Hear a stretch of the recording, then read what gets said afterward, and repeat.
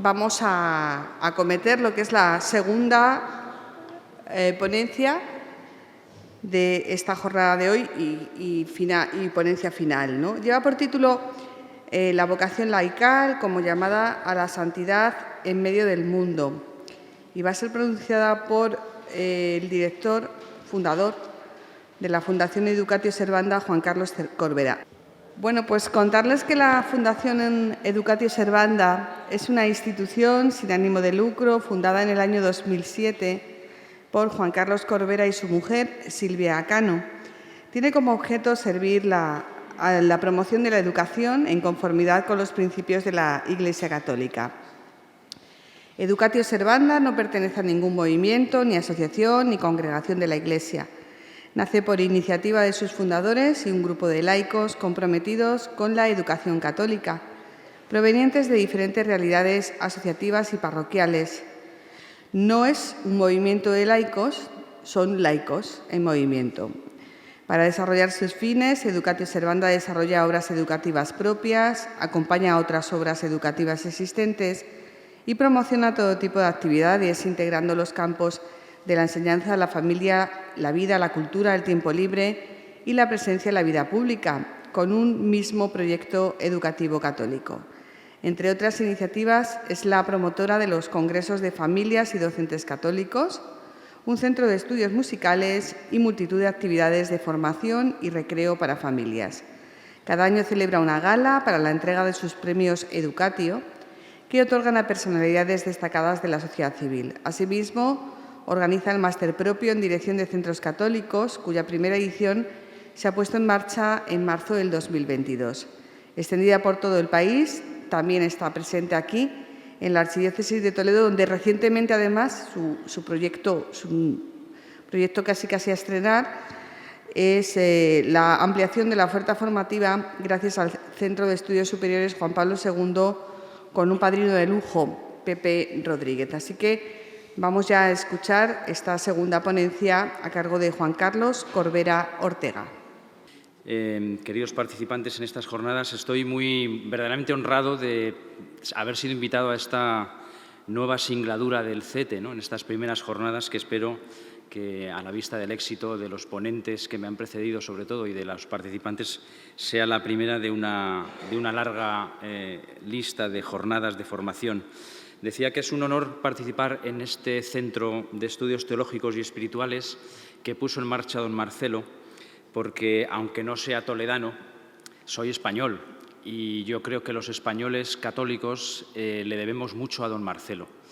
Recuerdo las palabras de la ordenación episcopal de don César García Magán, que se refirió a él como un padre de la Iglesia contemporánea española, y yo creo que efectivamente así es. Y, por lo tanto, me honra mucho participar en esta iniciativa que retoma ahora don Francisco y que fue iniciada con tantísimo éxito por don Marcelo. La verdad es que el agradecimiento, aparte de este honor, pues es doble, porque cuando me invitan a participar en algunas jornadas como estas, lo que me obligan es a pensar, volver a leer, volver a estudiar, y en la vorágine que llevamos muchas veces los laicos esto se hace difícil. Entonces, como que estas cosas te fuerzan, ¿no? Tienes que prepararte, además soy una persona que gusta mucho darle vueltas a las cosas y leer y prepararme. Es decir, que si cometo algún error en la conferencia, pueden estar seguros de que es un error cuidadosamente trabajado después de muchas horas. O sea que, siendo contumaz en el error. Bueno, fuera de bromas, agradezco mucho porque a mí ya me han servido estas jornadas en estos días de tiempo de preparación y de reflexión, y espero que al menos pues, un poco también les sirvan a ustedes. No voy a dar una conferencia magistral, primero porque el tiempo no es para ello y segundo porque no tengo tampoco esta seguramente capacidad, y a mí me gusta mucho más hacer una exposición más basada en mi propio recorrido y en mi propia experiencia desde hace 30 años al menos, de ser consciente de que soy un fiel laico y de cuál es mi misión y cuál es mi intento, al menos, de recorrido vocacional dentro de mi propia vocación como laico. Y creo que lo resume muy bien la Propositio 5 del Sínodo de 1987, que dio como origen la posterior a la exhortación apostólica Christi Fideles Laici de San Juan Pablo II. Y yo me identifico mucho con este trabajo diario de tratar de, como decía, considerar las actividades de la vida cotidiana como ocasión de unión con Dios y de cumplimiento de su voluntad, así como también de servicio a los demás hombres, llevándoles a la comunión con Dios en Cristo. Pues esto es lo que yo buenamente intento hacer cada día en mi día a día. Y si fuese posible, después de compartirles un poco mis propias reflexiones y mi propia experiencia sobre ello, pues provocar después alguna reflexión, que creo que hay un tiempo largo para ello y será siempre muy agradable. Bueno, es la última ponencia y seguro que han estado hablando de la llamada universal a la santidad durante estas jornadas, la jornada de ayer y la de esta mañana también. Y simplemente como introducción, pues recordar la exhortación apostólica del Papa Francisco, que sirve también un poco como marco a las jornadas, Gaudete et Exsultate, y que lleva el subtítulo sobre la llamada a la santidad en el mundo actual. Bueno, a mí me gusta ver en las palabras del Papa Francisco en esta exhortación apostólica este enfoque de la santidad para todo el mundo sin hacer cosas extraordinarias, ¿no? Como decía Santa Teresita, el Niño Jesús, ¿no? Y dice él, me gusta ver la santidad en el pueblo de Dios paciente, a los padres que crían con tanto amor a sus hijos, en esos hombres y mujeres que trabajan para llevar el pan a su casa, los enfermos, en las religiosas ancianas que siguen sonriendo, en esta constancia para seguir adelante día a día, dice el Papa, veo la santidad de la Iglesia militante.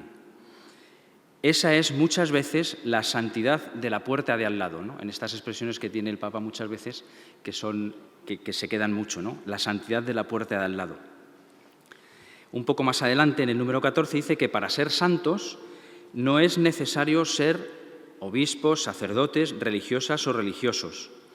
Tenemos muchas veces la tentación de pensar que la santidad está solo reservada a quienes tienen la posibilidad de tomar distancia de las ocupaciones ordinarias para dedicar entonces mucho tiempo a la oración, pues la vida consagrada. Pero no es así, dice él. Todos estamos llamados a ser santos, viviendo con amor y ofreciendo el propio testimonio en las ocupaciones de cada día, allí donde cada uno se encuentra. Recuerdo con mucho cariño hace unos años que tuve la ocasión de despachar largamente con el cardenal Givitz, que fue durante 40 años el secretario personal del Papa Juan Pablo II.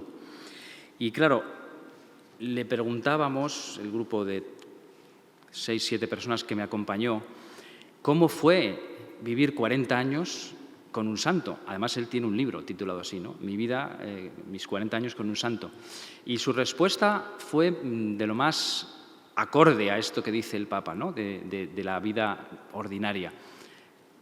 Claro, al Padre Pío, al Padre Pío se le aparece todo el mundo allí, entonces, pues a lo mejor es más fácil ser más santo así, o si te aparece la Virgen a los pastorcillos, oye, pues así a lo mejor es más fácil ser santo. Pero entonces, ¿qué pasa? ¿Que solamente quienes están llamados a tener este tipo de manifestaciones extraordinarias son llamados a la santidad? Obviamente no. Entonces, él nos dijo, la vida con Juan Pablo II era una vida completamente ordinaria.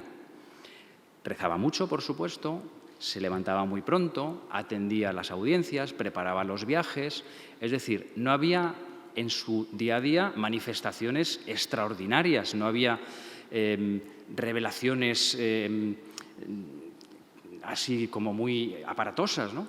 No, él dijo, la vida con él era una vida completamente ordinaria y eso era lo verdaderamente extraordinario en Juan Pablo II, remataba, ¿no? Su vida normal, con su apostolado y con su misión tan particular, pero viviendo el día a día con lo que cada día tocaba. Todos estamos llamados a ser santos de esta manera. Pero bueno, a mí me habéis citado aquí para que hable de una llamada específica a la santidad en la vocación laical, en los fieles laicos, ¿no? Entonces, habrá primero que descubrir o iluminar quiénes son o quiénes somos los fieles laicos, ¿no? Y como siempre hay que ir a los textos de la Iglesia que nos orientan y que nos guían, todo ese depositum que la Iglesia a lo largo de los siglos ha ido acumulando y que es una de las vías de discernimiento y de reflexión para nosotros. Por ejemplo, Lumen Gentium, en la Constitución dogmática del Concilio Vaticano II, que también cita el Catecismo muchas veces cuando habla de los laicos, dice lo siguiente: con el nombre de laicos se designan aquí todos los fieles cristianos, a excepción de los miembros del orden sagrado y los del Estado religioso sancionado por la Iglesia.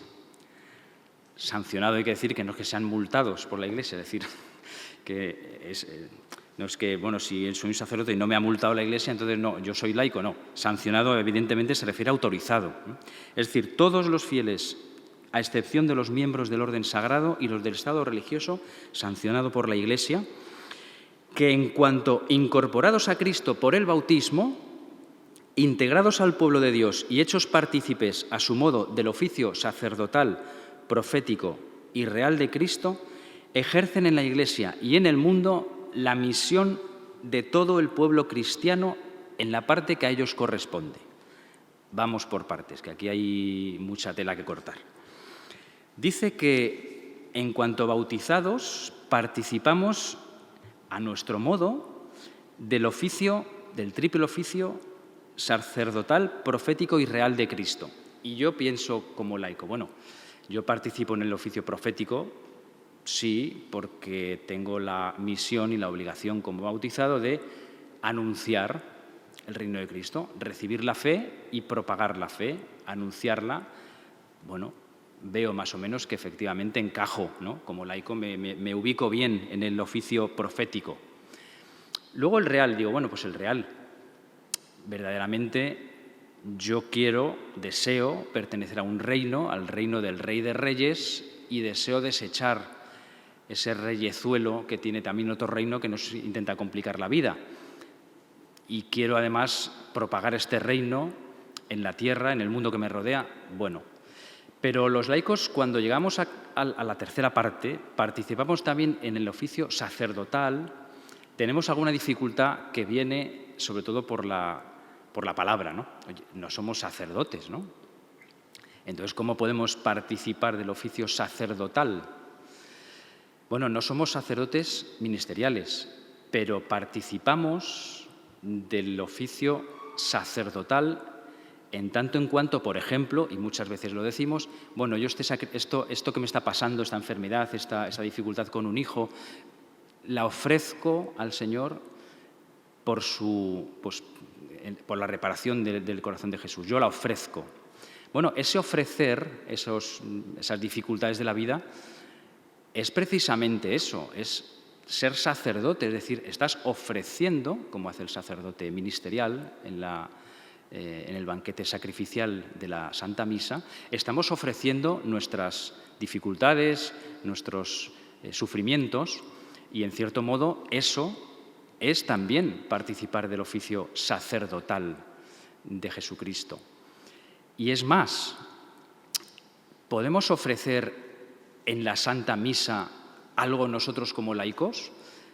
Pues no, evidentemente no somos quienes estamos celebrando la Eucaristía, porque no somos sacerdotes ministeriales, pero nos podemos unir como laicos al sacrificio que está celebrando el sacerdote en el altar.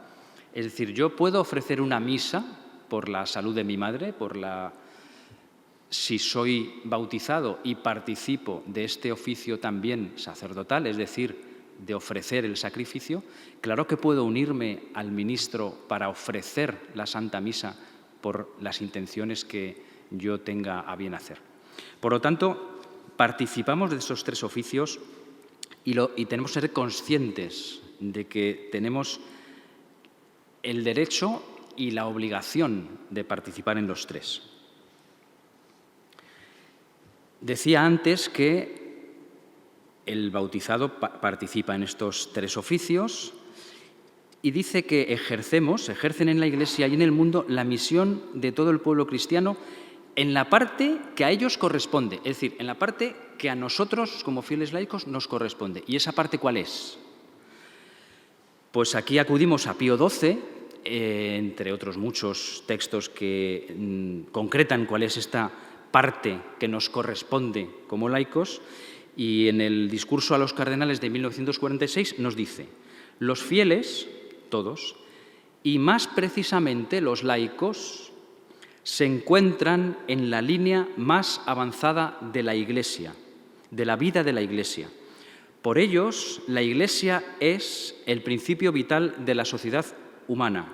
Por tanto, ellos especialmente, deben tener conciencia cada vez más clara no solo de pertenecer a la Iglesia, sino de ser la Iglesia, es decir, la comunidad de los fieles sobre la tierra bajo la guía del jefe común, el Papa, y de los obispos en comunión con él. Ellos son la Iglesia. Nosotros, fieles laicos, somos la Iglesia y nos encontramos en la línea más avanzada de la vida de la Iglesia. Y tenemos que ser conscientes de ello. Pero podemos decir que ya sabemos quiénes son los fieles laicos, quiénes somos los fieles laicos, cuál es nuestra parte que nos corresponde en la vida de la Iglesia, pero podemos decir que tenemos una llamada particular, una vocación laical.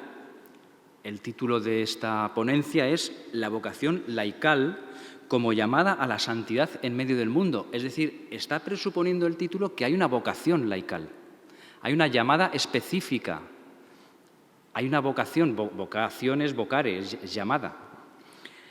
¿Hay una vocación laical?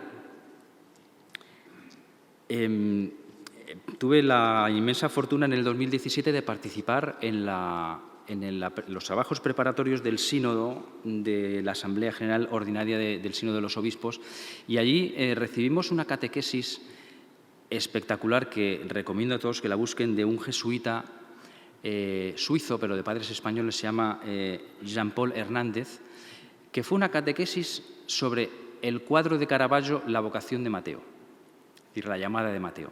Es espectacular cómo Caravaggio logró condensar en una pintura lo que hay detrás de una frase del Evangelio, la vocación de Mateo. Ven y sígueme. Bueno, os recomiendo que la busquéis porque es espectacular. Y es eso, una vocación es una llamada del Señor, de quien llama. ¿Y a nosotros los laicos nos llama como laicos a algo? Pues yo hablo de mi experiencia, porque no pretendo otra cosa que, si alguien ayuda, a iluminar con mi propia experiencia, como decía al principio, de muchos años tratando de llevar una vida como fiel laico conforme a lo que estoy diciendo aquí, y no siempre lo consigo, como podéis imaginar. Pero les contaré una experiencia personal que evidentemente ha marcado mi vida. En el año 1993, yo tenía 23 años, y había tomado la decisión de ser sacerdote. Me sentía llamado al sacerdocio y tenía con mi círculo más cercano la determinación y la decisión tomada de entrar en el seminario. Y comenté con mis padres, comenté con los círculos más cercanos. Y poco antes de entrar en el seminario, en una hora santa, yo recibí con la misma claridad que están ustedes escuchándome a mí, pero sin escuchar con el oído, sino con el corazón: tú no tienes que ser sacerdote, vas a dar más fruto para mí como laico que como cura. Claro, yo salí de aquella oración absolutamente confundido y me costó mucho tiempo encajar estas palabras, porque para mí eran inconcebibles. No podía comprender cómo se podía dar más fruto para el Señor que siendo sacerdote. Y sin embargo fue una experiencia tan intensa y tan cierta que evidentemente la escuché y la discerní. Y durante muchísimos años no fui capaz ni siquiera de verbalizar por la gente: bueno, pero si vas a ir al seminario, tus padres, bueno, no, no lo tengo claro, vamos a esperar, porque verdaderamente para mí era una cosa muy, muy desgarradora y muy contradictoria, ¿no?, que yo no entendía racionalmente. 23 años después de escuchar esta indicación tan clara, se pone en marcha la Fundación Educatio Servanda a través de unas circunstancias que no vienen al caso.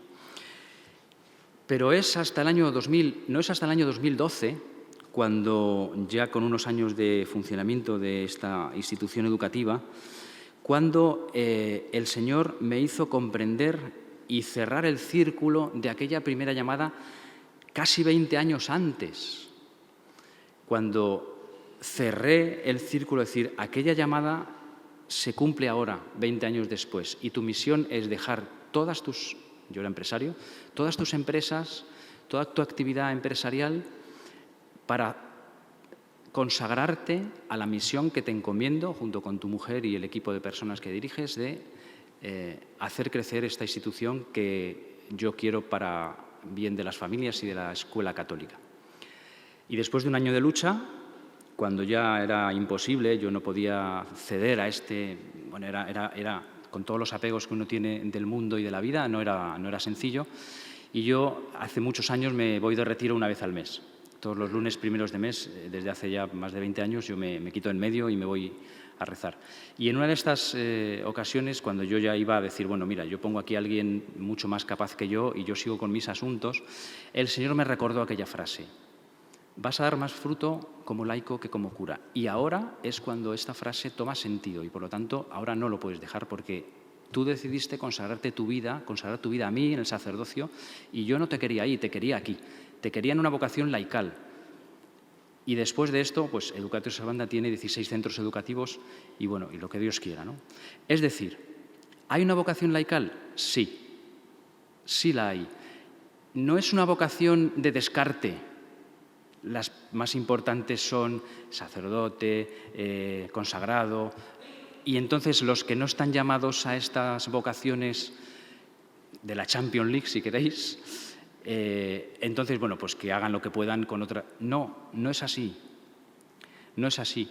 Tienen exactamente para el Señor el mismo valor. Todas las llamadas que Él hace, sea al sacerdocio, sea a la vida consagrada, sea a ser un padre de familia, una madre de familia, un profesor, todas las llamadas que el Señor hace, todas las vocaciones son igual de válidas a sus ojos. Y la vocación laical es también una de ellas. Y por tanto no tenemos que decir, bueno, pues nosotros los laicos, bueno, pues vamos un poco haciendo lo que podemos, porque realmente pues hay otros que son llamados más. No, no es así. Nosotros somos igualmente útiles, igualmente necesarios para la vida de la Iglesia. Hay una llamada específica y concreta para los laicos. Dice el Catecismo de la Iglesia Católica en el punto 898, los laicos, voy a leerlo en primera persona, porque lo leo para mí. Evidentemente en el Catecismo no lo habla en primera persona, pero yo lo haré así porque me lo quiero decir también a mí mismo. Los laicos tenemos como vocación propia buscar el reino de Dios ocupándonos de las realidades temporales y ordenándolas según Dios.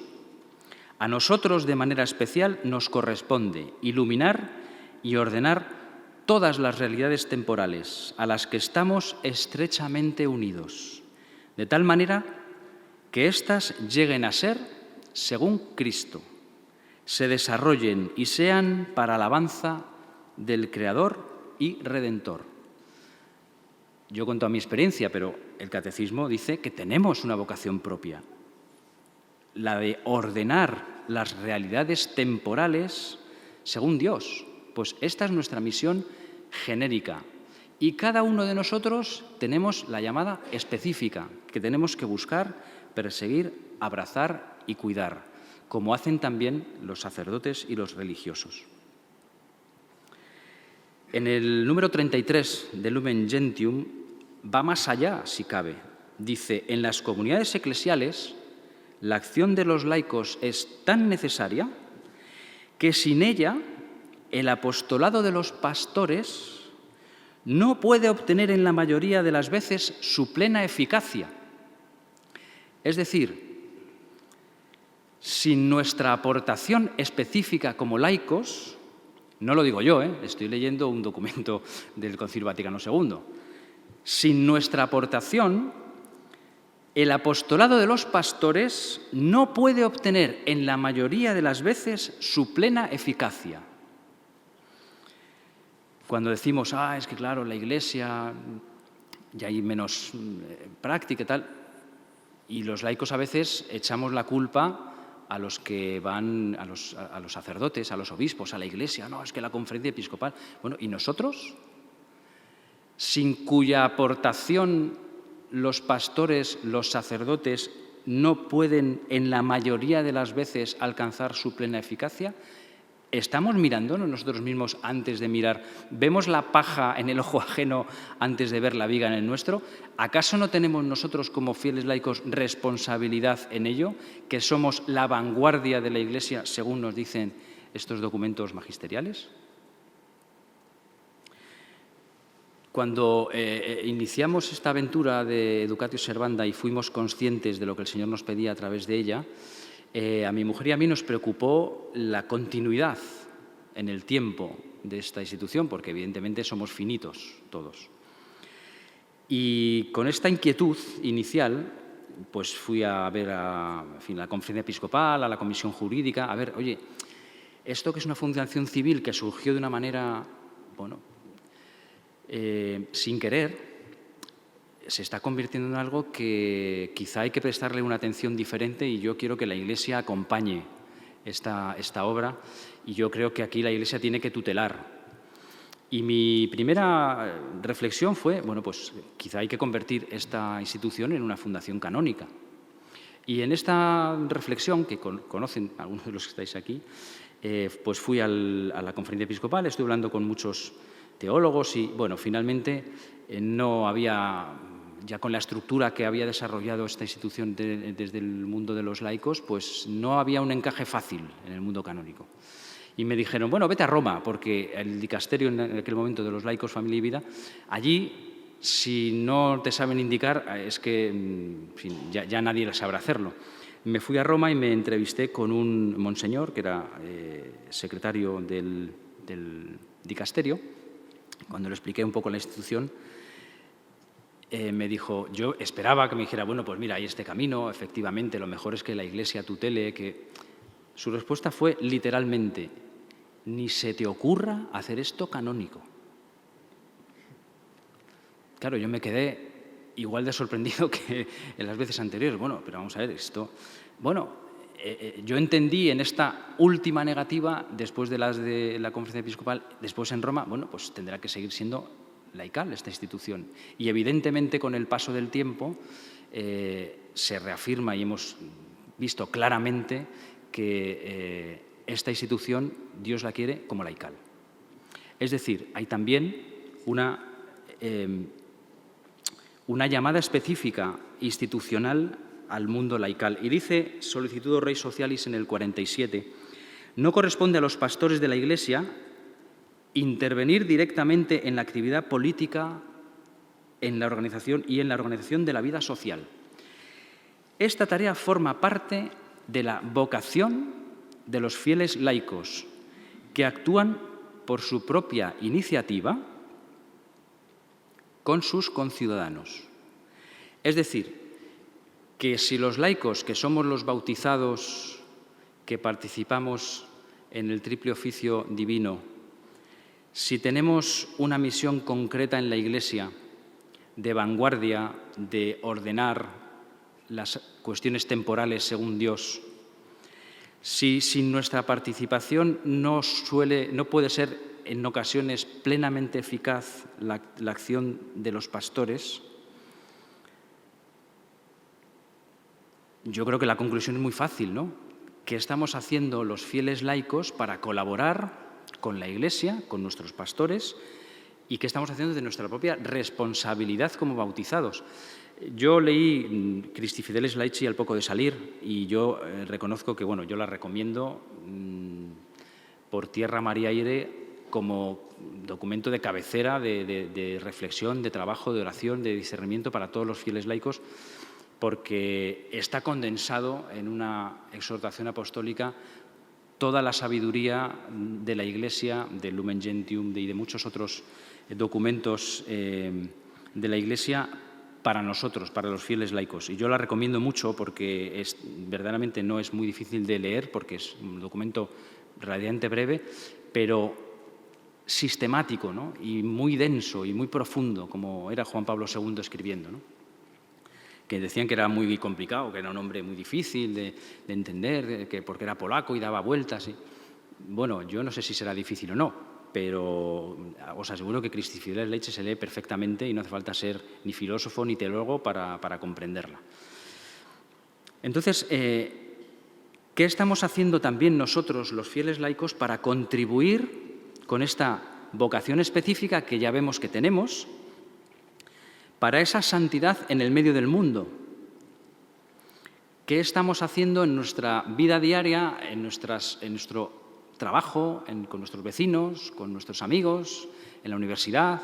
¿Qué estamos haciendo como fieles laicos para ser profetas, predicar un reino y ofrecer sacrificios también por nuestras intenciones, ¿no? Hace poco participé en una misa que me gustó mucho. No sé, Víctor, ¿cuándo hay que acabar? ¿Hay media o antes? No, yo... Hay cuarto, perfecto, sí, perfecto. Participé en una Eucaristía hace poco y me gustó mucho la Eucaristía, evidentemente, pero la intención con la que se hizo. Y yo creo que es una cosa que estaría muy bien repetir en varios... Bueno, a mí se me ocurriría hacerlo. Una Eucaristía en la cual se ponía de manifiesto y se ofrecía especialmente esa misa por el personal sanitario de la parroquia.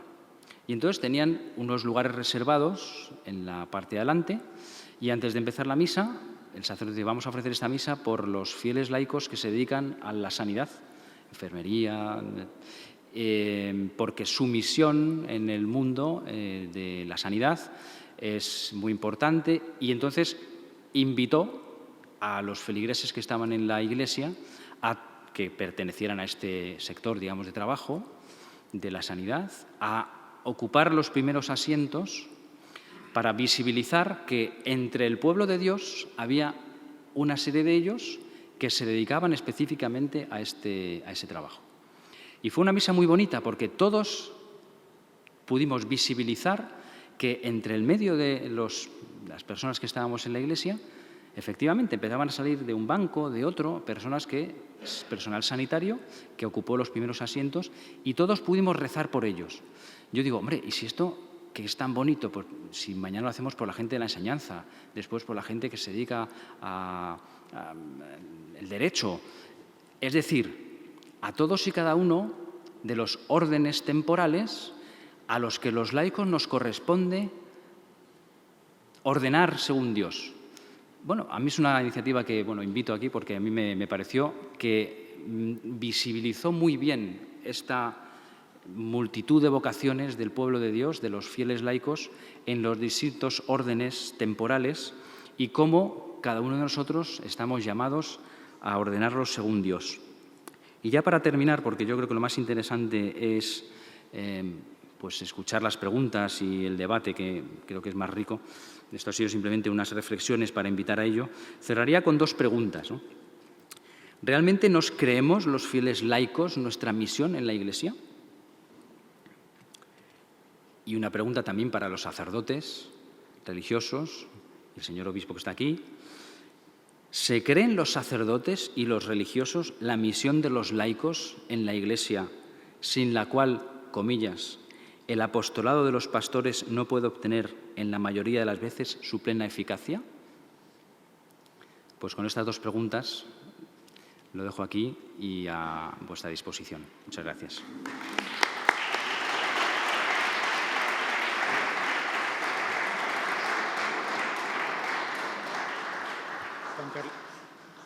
Escuchándote, Juan Carlos, veía realizado el sueño que teníamos a la hora de proyectar estas jornadas, porque nos has hecho una síntesis, me parece muy lograda, de todo lo que la Iglesia enseña sobre los fieles laicos, pero además enriqueciéndola con tu propia experiencia personal, de tal manera que nos la enseñas a vivir.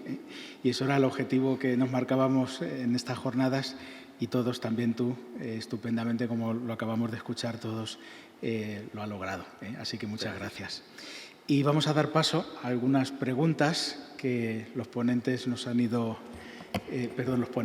los oyentes nos han ido presentando durante tus palabras.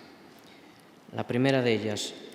Sabemos que la formación en doctrina social de la Iglesia es muy importante para los laicos, pero no todos tenemos el tiempo o la capacidad para estudiarla.